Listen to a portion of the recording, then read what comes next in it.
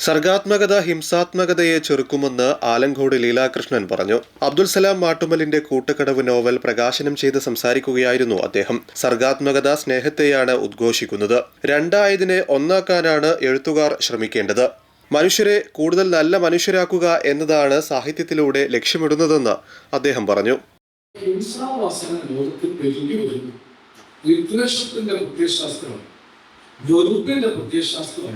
മനുഷ്യരെ തമ്മിൽ അകറ്റിക്കൊണ്ടിരിക്കും. അത് രാഷ്ട്രീയത്തിന്റെ പേരിലാവാം, മതത്തിന്റെ പേരിലാവാം, വർണ്ണത്തിന്റെ, വർഗത്തിന്റെ, വംശത്തിന്റെ, മതത്തിന്റെ ഒക്കെ പേരിലാവാം.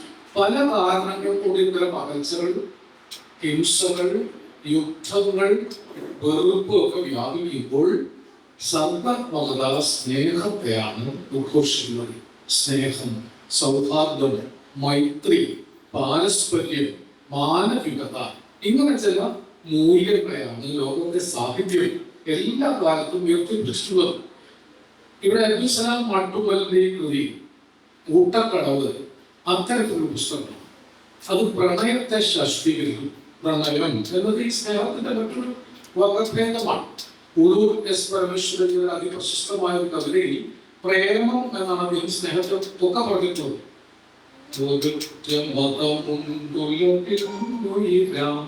പ്രേമമതൊന്നല്ലോ പരക്കെ നമ്മെ പാലമൃതുട്ടും പാരണശശിബിംബം ഭക്തിയനുരാഗദയാഗിവപുസ്സ പരാത്മചൈതന്യം പരമേന്തി പാരിതിനെന്നും പ്രകാശമോ.